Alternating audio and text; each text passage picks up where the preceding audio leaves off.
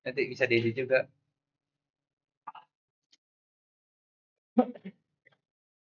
Oke.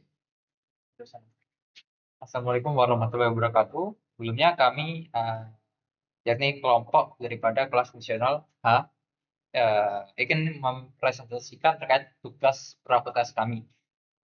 Sebelum kita bahas terkait apa sih yang kita kerjakan, jadi perkenalan terlebih dahulu, saya Bayu Ardiansyah dengan NIM 025. Dan saya Raihan Rizky Widiananta dengan 470. Kemudian saya Rufindra dengan NIM 482. Oke, di sini di tugas kali ini kami akan mengangkat terkait GitHub Platform untuk menganalisis daripada fungsi-fungsinya dan dalam pembuatan fungsinya itu sendiri. Yang pertama, tentunya kami mengangkat terkait GitHub, di mana di situ terdapat 4 fungsi utama, ya mungkin 3, 5 fungsi utama, yang masing-masing memiliki 3 subfungsi. Yang pertama adalah repository management.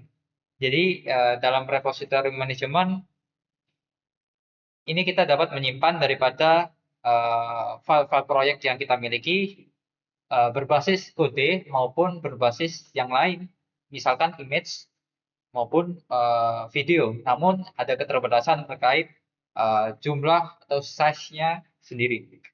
Yang mana dalam pembuatannya itu dapat membuat, mengurangi, menghapus dan mengubah daripada repository itu sendiri, ibaratkan folder. Kemudian ada yang pertama fungsi 1, yakni membuat repository. Yang kedua adalah clone repository, dan yang ketiga adalah commit change. Kemudian untuk pull request bisa dijelaskan Mas Rehan? Oke, untuk pull request adalah fitur kolaboratif yang dilakukan oleh user itu untuk mengusulkan perubahan yang akan di check out dalam branch proyek user tersebut. Nah, fitur pull request ini mendukung proses review sebelum perubahan digabung ke cabang main atau cabang utama. Nah, di fungsi 1 itu pull request itu di sini ada membuat pull request. Jadi di sini kita mengusulkan perubahan dalam branch, misalnya ada main, habis itu master dan yang lain-lainnya itu bisa diubah yang dibuat oleh user untuk di-review oleh kolaborator. Jadi kita juga bisa main kolaborator di situ. Makanya ini pull request ini berguna untuk kolaborator seperti itu.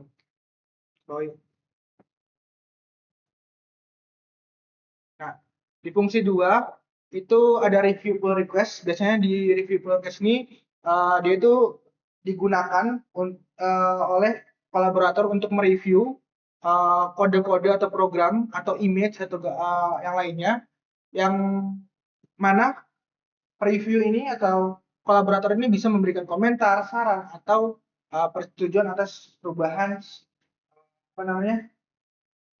branch tersebut seperti itu. Yang ketiga, fungsi ketiga ada merge pull request. Di sini dia tuh bisa menggabungkan perubahan dari branch yang main misalnya sama yang branch yang lainnya misalnya gitu, yang diusulkan ke branch utama misalnya. Yang tadi main kita bisa lakukan perubahan ya setelah disetujui oleh kolaborator tersebut seperti itu. Next. Nah, mungkin di issue tracking dijelaskan oleh Saudara Alfi. Oke, kemudian yang ketiga ada issue tracking. Nah, issue tracking ini dalam GitHub adalah fitur yang untuk mencatat dan mengelola masalah atau usulan baru dalam proyek.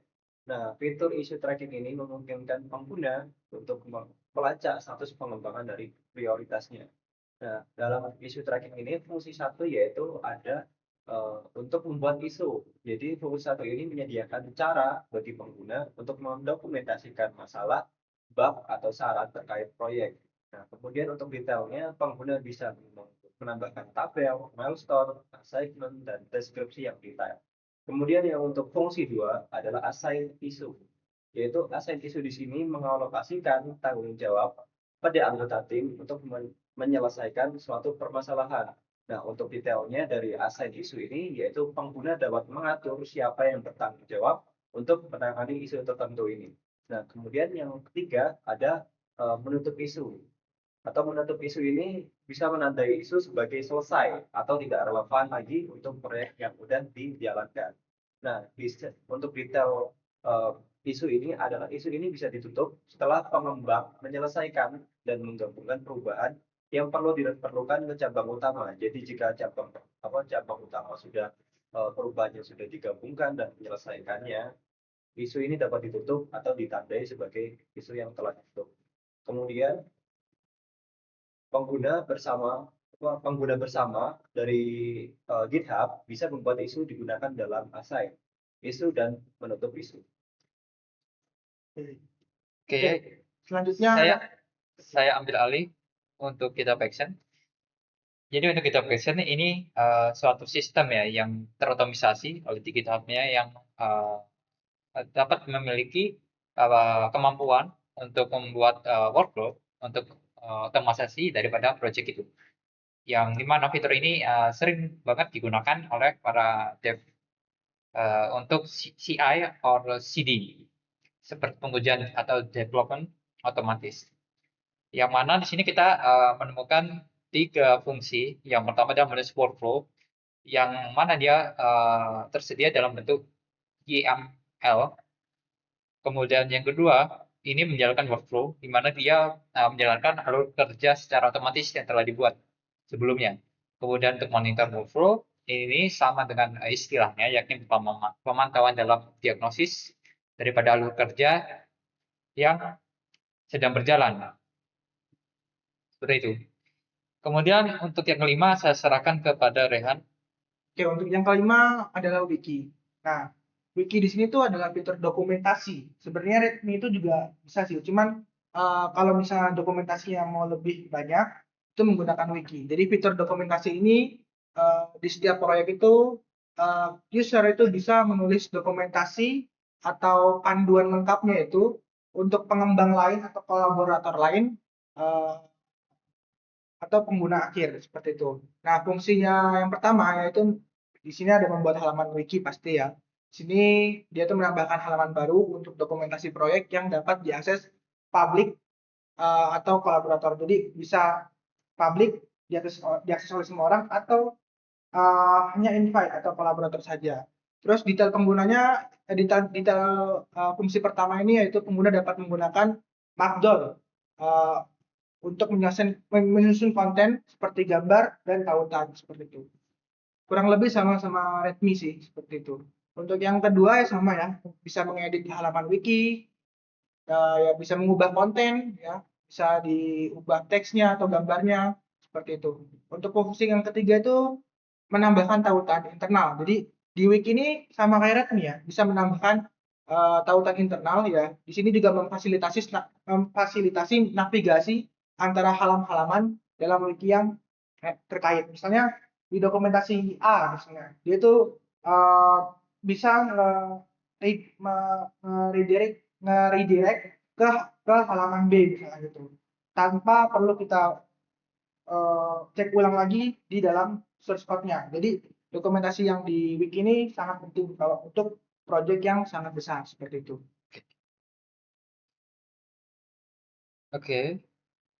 Mungkin untuk code bisa saya ambil alih terkait repository management. Jadi di sini kita ada beberapa class, satu class dengan class repository, di mana sini terdapat beberapa fungsi yang kita terapkan berdasarkan pure function, alias bisa jadi declarative function istilahnya, di mana kita dalam penggunanya memberikan beberapa fitur dan data terkait branch, commit, file, sama is private, sama nama, terkait data-data yang kita gunakan pada fungsi-fungsi lain. Jadi fungsi ini kita gunakan, kita buat terpisah IO-nya dengan beberapa fungsi deklaratifnya. Jadi kita bisa lihat bahwa kita di sini ada fungsi add file, kemudian commit change, clone repository, dan create branch dengan beberapa parameter yang dipergunakan. Kemudian di sini juga ada IO-nya, di mana kita dapat menginput secara apa ya istilahnya kita lewat terminal atau command line untuk data inputnya. Oke, oke, next. Wait, ini nggak bisa jir. Oke, di sini ada pull request. Untuk pull request bisa saya sarankan ke Rehan, bisa dijelaskan secara singkat saja. Oke, di sini juga menggunakan satu kelas yaitu kelas pull request. Dan di sini kita buat dulu ada title, branch, dan target branch-nya itu main. Jadi title ini kan di pull request-nya ada judul, branch. Ya. Nanti kita definisikan bahwa judul yaitu judul, title itu judul, terus self branch ya branch. Nah, tapi target branch-nya itu nanti kita defaultkan ke main. Nah, terus di sini ada fitur add review, jadi dia bisa menambahkan review. Dan di sini ada kita ada fungsi managing pull request. Nah, di sini misalnya kalau misalnya marginnya judulnya itu udah ada, misalnya sama, itu dia bakal apa ya mengirimkan notifikasi bahwa margin itu ready atau udah ada seperti itu. Terus Roy, nah di situ di bawahnya itu ya di situ untuk menginputkan misalnya enter pull request-nya judulnya apa, terus feature branch-nya apa, dan di situ ada perulangan action-nya, ya pilih add review, merge, atau review untuk melihat reviewnya atau keluar seperti itu. Oke. Oke, kemudian yang ketiga yaitu ada isu tracking. Nah, di sini sama seperti sebelumnya yaitu dalam satu kelas, yang dimana dalam satu kelas tersebut terbagi menjadi beberapa fungsi, yang dimana fungsi pertama itu digunakan untuk init atau title description-nya. Kemudian yang kedua yaitu assetto, atau bisa untuk meng-assign-nya dari suatu permasalahan yang ada di GitHub-nya. Kemudian baru yang ketiga yaitu menambahkan komen atau komen yang untuk digunakan sebagai identifikasi atau dari komen suatu permasalahan dari project yang ada di GitHub. Kemudian ada close issue, yang dimana close issue ini terbagi menjadi dua kondisi, yaitu kondisi pertama yaitu kondisi ketika sudah siap ditutup, dan kondisi kedua jika sudah selesai ditutup.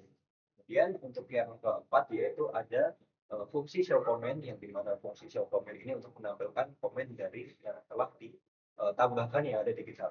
Nah, kemudian untuk while true-nya atau ketika kondisi tersebut benar, dia akan ada beberapa action yang di dalamnya, yaitu action yang pertama ada action assign, kemudian ada add comment untuk menambahkan komen, kemudian ada close untuk meng-close dari komen tersebut, kemudian ada action show comment untuk menunjukkan dari komen tersebut, dan yang terakhir ada query. Oke. Untuk GitHub Action mungkin saya ambil alih. Di sini kita terdapat beberapa fungsi juga yang mulai dari init, add step, run action, kemudian monitor action. Jadi fungsinya sama seperti yang kita deskripsikan secara teoritis di notebook presentation.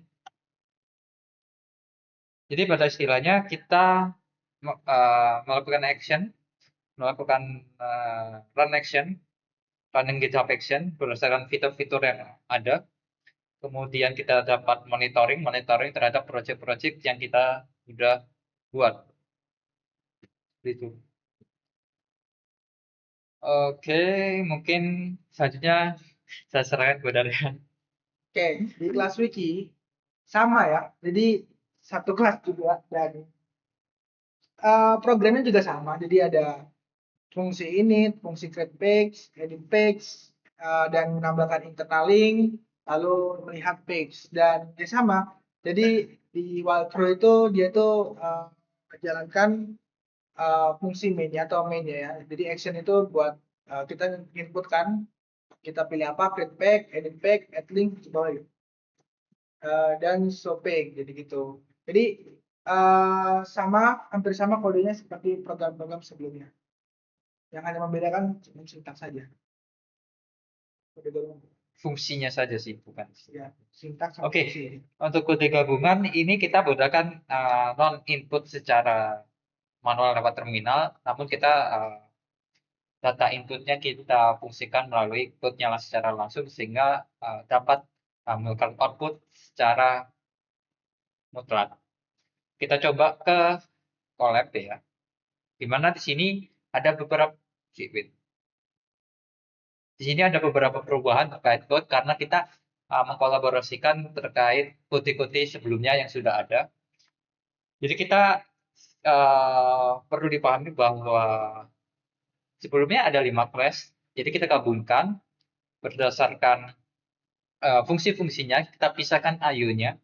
IO-nya kita buat baru, di mana dapat mengkolaborasikannya. Terus kemudian tata letaknya terkait daripada fungsi yang bisa digunakan fungsi lain, ini kita lebih kepada komennya aja.